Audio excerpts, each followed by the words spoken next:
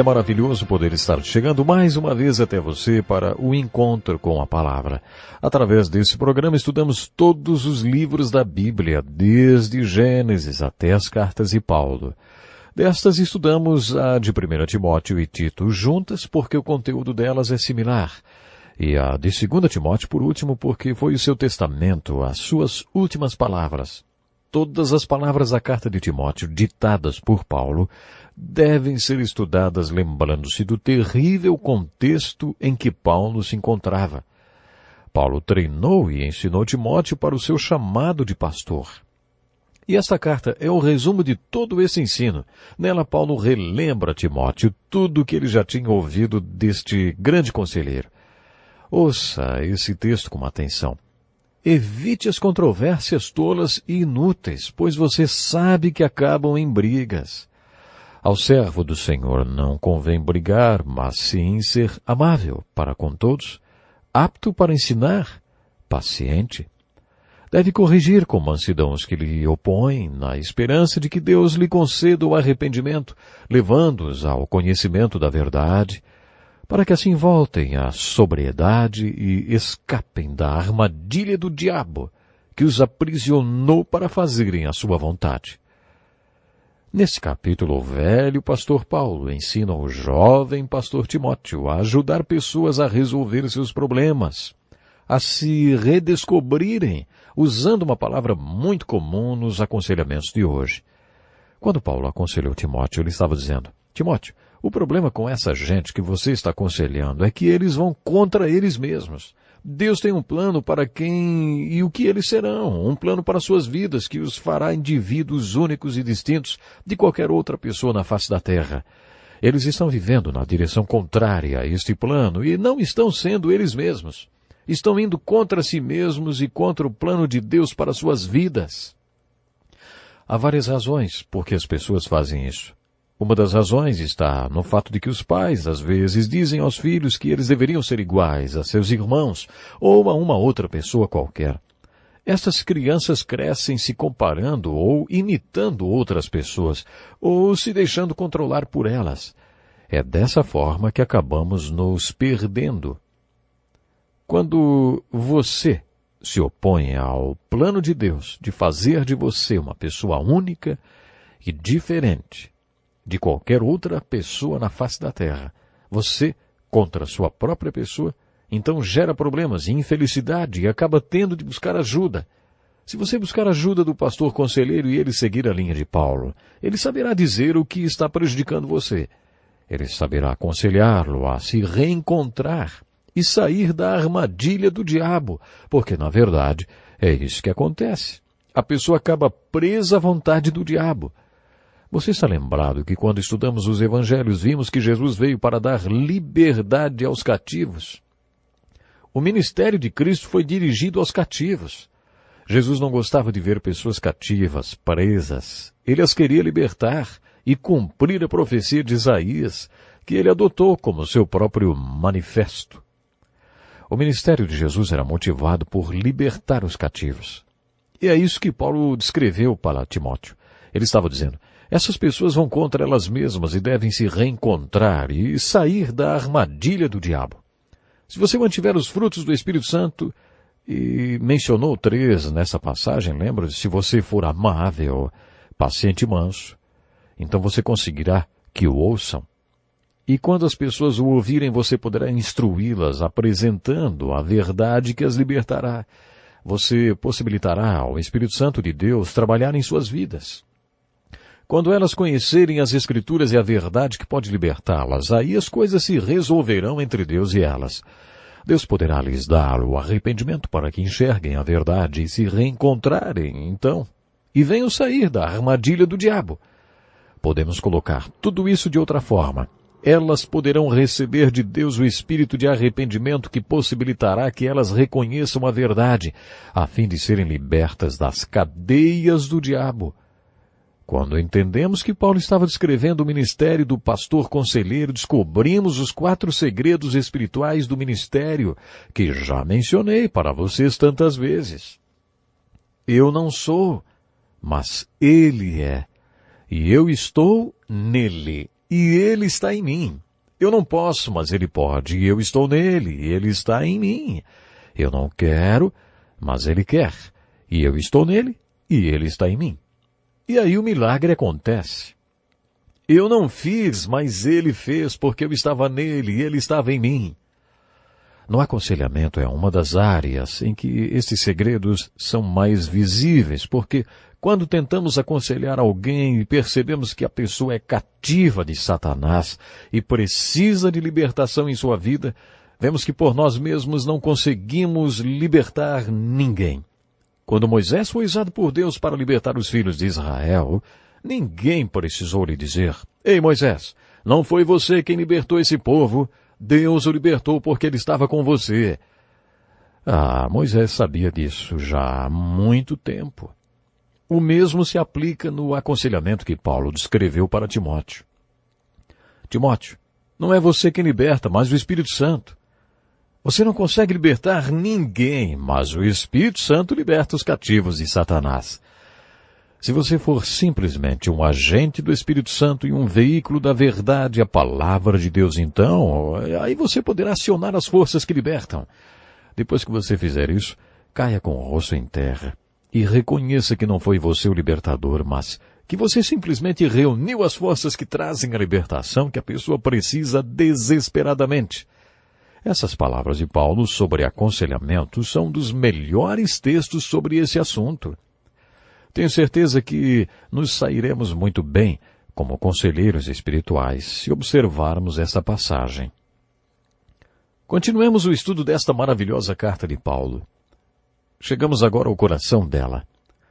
No trecho que vai do capítulo 3, versículo 10, até o capítulo 4, versículo 5, Paulo diz várias vezes a Timóteo: Você sabe, Timóteo. Você sabe. Você sabe. Você sabe, Timóteo. Sempre que você ler as palavras de Paulo dizendo, você sabe, lembre-se que enquanto ditava esta carta, ele estava acorrentado numa masmorra. Ele sabia que seria executado. Talvez até algumas horas depois de escrevê-la, quem sabe? Talvez alguns dias depois que escreveu esta carta. Paulo sabia que sua morte era iminente, estava chegando. Lendo esta passagem, percebemos o peso de suas palavras. Ele relembra Timóteo e diz, você sabe. Mas, como Timóteo já sabia as coisas das quais Paulo estava falando, hein? Creio que ele soubesse por causa do tipo de relacionamento que eles tinham e porque o princípio relacional de educação foi aplicado quando Paulo ensinou aquele jovem pastor. Um dos versículos mais importantes desta carta está no capítulo 2, versículo 2, onde Paulo diz a Timóteo, e as palavras que me ouviu dizer na presença de muitas testemunhas, confiei-as a homens fiéis, que sejam também capazes de ensinar outros. Este versículo representa para nós um importante princípio e modelo de ensino. Às vezes o seminário dá uma educação ao futuro pastor que só se tornará prática quando o jovem terminar o seminário e trabalhar por 1 ano ou 2 com outro pastor mais experiente. Esse pastor experiente, nesse contexto de relação educacional de pai e filho, vai transmitir as verdades que o jovem pastor precisa saber para conduzir o seu ministério. Paulo disse mais uma vez para Timóteo, você sabe. Mas, como Timóteo já sabia tantas coisas sobre o que Paulo estava falando, hein? A resposta óbvia é que ele já tinha observado todas essas coisas durante o tempo que passou com Paulo naquele treinamento de pastor, como na relação de pai e filho. Conforme caminhamos no estudo da carta de Paulo a Timóteo, percebemos que Paulo estava desafiando Timóteo. Afinal, Timóteo, o que você vai fazer com tudo que já sabe?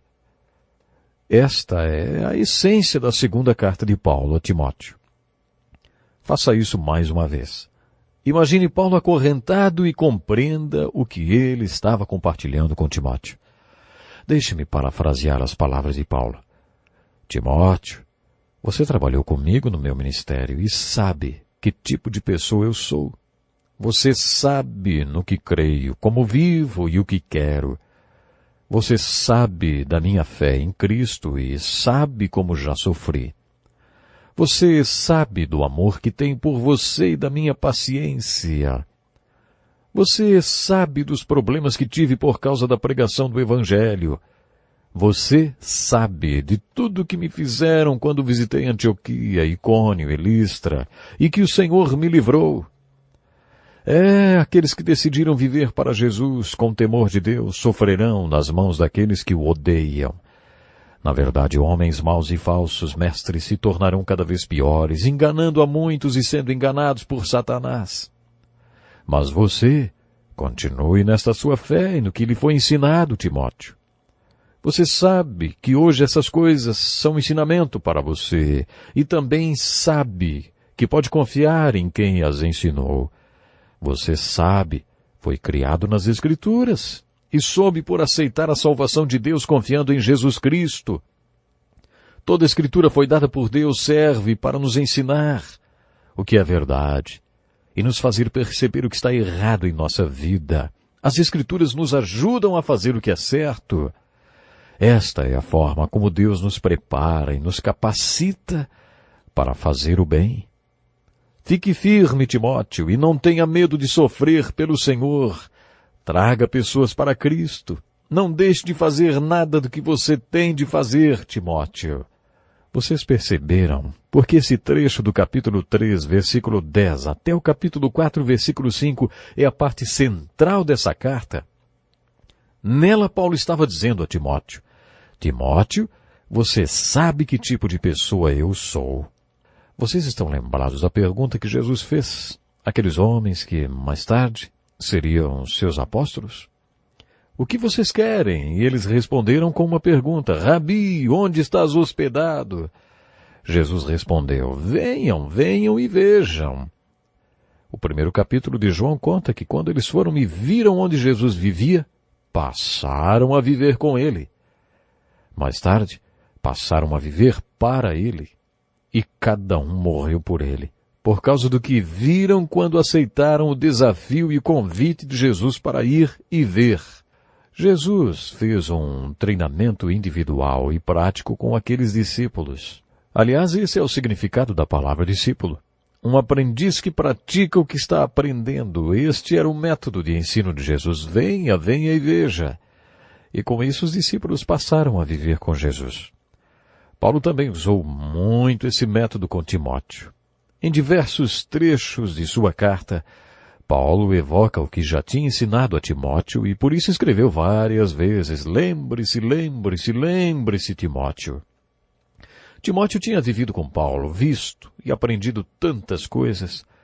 Timóteo sabia no que Paulo cria, qual era a sua fé e a razão de todo o seu sofrimento. Como Timóteo ficou sabendo tudo isso? Timóteo estava com Paulo no momento de sofrimento. Já comentei com você que, quando Paulo foi apedrejado e deixado como morto em Listra, Timóteo estava com ele. Ele era bem jovem quando isso aconteceu. Paulo fez referência a este acontecimento nessa carta. Paulo escreve, mas você tem seguido de perto o meu ensino, a minha conduta, o meu propósito, a minha fé, a minha paciência, o meu amor, a minha perseverança, as perseguições e os sofrimentos que enfrentei, coisas que me aconteceram em Antioquia, Icônio e Listra. Quanta perseguição suportei! Como é que Timóteo sabia de tudo isso? Ele presenciou tudo. E Paulo o amava como a um filho. Você tem seguido de perto a minha paciência. Nós não imaginamos que Paulo fosse uma pessoa paciente. Ele era muito enérgico e parece que às vezes ele passava por cima das pessoas. Por exemplo, ele não levou João Marcos em sua segunda viagem porque, no meio da primeira viagem, quando começou a perseguição, João Marcos resolveu dar meia volta e retornar para casa. Mas suas últimas palavras para Timóteo foram, traga Marcos com você porque ele me é útil para o ministério. Parece que Barnabé teve paciência para treinar João Marcos. Caso contrário, ele jamais teria se tornado num ministro tão útil, conforme Paulo citou. Com João Marcos lá atrás, há tantos anos, Paulo não tinha sido paciente, e Timóteo sabia disso, porque ele tinha vivido e trabalhado com Paulo. A paciência de Paulo era fruto do Espírito. Não fazia parte das suas qualidades naturais. Paulo continuou escrevendo coisas do tipo: permaneça nas coisas que aprendeu e das quais tem convicção, pois você sabe de quem o aprendeu. As últimas palavras de Paulo para Timóteo servem como um desafio. Timóteo, e agora? O que você vai fazer com tudo que já sabe? Esse é o grande desafio que encontramos em toda a Bíblia. O saber e o conhecer são muito enfatizados em nossa cultura. Uma pessoa com alto grau de conhecimento é muito valorizada. Mas na Bíblia o saber não é tão valorizado quanto o que a pessoa faz com aquilo que sabe. Outra coisa, na Bíblia o fator responsabilidade não está associado à idade, mas sim ao quanto você conhece. Somos responsabilizados pelo que sabemos. Timóteo recebeu um ótimo treinamento bíblico e espiritual porque sua mãe, sua avó e Paulo o tinham educado à luz das Escrituras. É claro que ele tinha muito conhecimento e também experiência. Por isso as últimas palavras de Paulo para ele foram: continue naquilo que você aprendeu, Timóteo. Você já sabe tanta coisa. E agora? O que você vai fazer com tudo que já sabe? Continue naquilo que você aprendeu e foi ensinado. E à medida que Paulo fala sobre a responsabilidade diante de tudo que ele sabia, ele exorta Timóteo: pregue a palavra. Assim escreve o pastor Dick Woodward. Quando eu estava no seminário lutando com meus estudos, eu recebi uma carta do meu pai. Meu pai era um homem que só tinha o 1º grau, mas era muito temente a Deus e conhecia a palavra. Nesta carta, meu pai me escreveu: eu não sou a pessoa qualificada para combater todos os argumentos de sua última carta. Na verdade, não sou uma pessoa preparada para dar conselhos a ninguém, mas, mesmo assim, eu vou aconselhar você. O que vou lhe escrever agora é a mesma coisa que um velho pastor escreveu a um jovem pastor 2000 anos atrás. O pai do pastor Dick Woodward escreveu e grifou as palavras: pregue a palavra. Pregue a palavra de Deus, porque assim você vai ser uma bênção. Assim você vai contemplar a bênção que virá. É a palavra de Deus que vai transformar os corações dos homens. É a palavra de Deus que trará novo nascimento. É a palavra de Deus que vai alimentar e nutrir os nascidos de novo. O conselho foi muito importante, foi muito bom. E foi o mesmo conselho que Paulo deu ao jovem pastor Timóteo. Hoje, quando olho para trás e penso em tantas vidas que foram transformadas depois de terem ouvido a pregação da palavra e terem professado a fé em Cristo, adoro e louvo a Deus. Timóteo era filho na fé de Paulo e por isso Paulo, como seu pai espiritual, exortou Timóteo: Timóteo, pregue a palavra, porque toda a Escritura foi dada por Deus através do processo de inspiração, e por isso ela é valiosa para nós. As Escrituras são um poder vivo, uma força que pode gerar o novo nascimento e também fazer as pessoas crescerem na fé. Estudiosos acreditam que quando Timóteo recebeu esta carta, Paulo já tinha sido executado. Paulo insistiu com Timóteo para que ele tentasse ir vê-lo antes do inverno. É possível que Paulo tenha sido executado no verão, muito antes do que esperava. Timóteo não chegou lá a tempo, o que torna essas palavras de Paulo ainda mais impressionantes. Paulo escreveu assim: eu já estou sendo derramado como uma oferta de bebida. Está próximo o tempo da minha partida. Combati o bom combate, terminei a corrida, guardei a fé. Agora me está reservada a coroa da justiça que o Senhor justo juiz me dará naquele dia. E não somente a mim, mas também a todos os que amam a sua vinda. Procure vir logo ao meu encontro, pois Demas, amando este mundo, abandonou-me e foi para Tessalônica. Crescente foi para a Galácia e Tito para a Dalmácia. Só Lucas está comigo. Traga Marcos com você, porque ele me é útil para o ministério. Quando vier, traga a capa que deixei na casa de Carpo em Troade e os meus livros, especialmente os pergaminhos. Esta passagem é ao mesmo tempo muito triste e também empolgante. Combati o combate, terminei a corrida, guardei a fé. Agora me está reservada a coroa da justiça que o Senhor justo juiz me dará naquele dia. Naqueles tempos eles promoviam os Jogos Olímpicos de Inverno e o vencedor entrava no círculo dos vitoriosos usando uma coroa na cabeça. Era apenas uma coroa perecível, conforme as palavras de Paulo em 1 Coríntios capítulo 9. Os atletas fariam qualquer coisa para entrar naquele círculo com aquela coroa. Ainda jovem no início do seu ministério, quando escreveu aos Coríntios, Paulo disse que a vida era como uma corrida que ele estava correndo. Mas ele não corria de qualquer jeito, ele corria para vencer. Numa corrida todos correm, mas apenas um vence. Existe uma diferença entre correr e correr para ganhar. Depois ele diz que a vida é como lutar, e que para lutar não basta simplesmente subir ao ringue. É necessário que haja uma estratégia e um plano de luta para que ela seja ganha. Foi isso que Paulo disse no capítulo 9 de 1 Coríntios. Mas agora, no final do seu ministério e da sua vida, numa sequência do que tinha dito na primeira carta aos Coríntios, capítulo 9, Paulo escreveu a Timóteo: combati o combate, terminei a corrida, guardei a fé. Então, fazendo referência à coroa do vencedor, ele afirma: agora me está reservada a coroa da justiça que o Senhor justo juiz me dará naquele dia. Ficou bem claro qual era o desafio para Timóteo. Timóteo, você vai fazer a mesma coisa? Vai correr para vencer? Vai lutar para ganhar, Timóteo? No final de sua vida você também poderá dizer que terminou a corrida e combateu o bom combate? Tudo isso nos leva a uma pergunta. E nós, no final do nosso ministério, será que vamos poder dizer o mesmo? É desse jeito que devemos ler as palavras, as últimas palavras do apóstolo Paulo para o mundo, mas mais especificamente para Timóteo.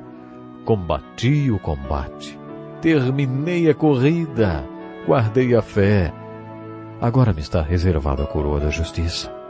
E você também vai lutar para vencer e correr para ganhar? É um verdadeiro desafio esse, hein? Que Deus nos ajude. Até o próximo programa.